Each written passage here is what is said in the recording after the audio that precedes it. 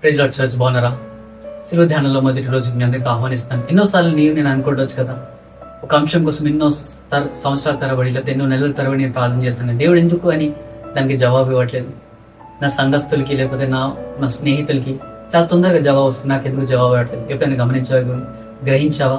దేవుడి నీతో నాకు సూటిగా స్పష్టంగా మాట్లాడు. దేవునికి ఇష్టంగా నీ తలంపు, దేవునికి ఇష్టంగా నీ మార్గం ఏదైనా నా జీవితంలో మరొకసారి జ్ఞాపకం చేసుకున్నాం, గుర్తిద్దామా? ఒకసారి గమనిద్దామా?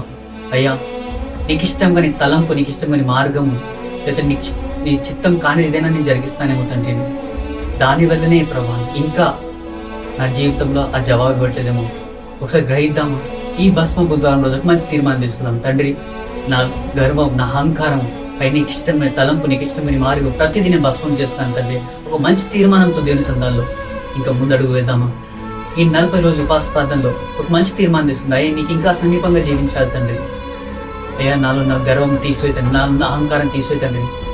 అయ్యా, తగ్గింపు జీవితం దయచేతండి. దేవుని సందాలు అడిగి పూజాడదామా? మొదటి రోజు ఈ భస్మ బుధవారం రోజు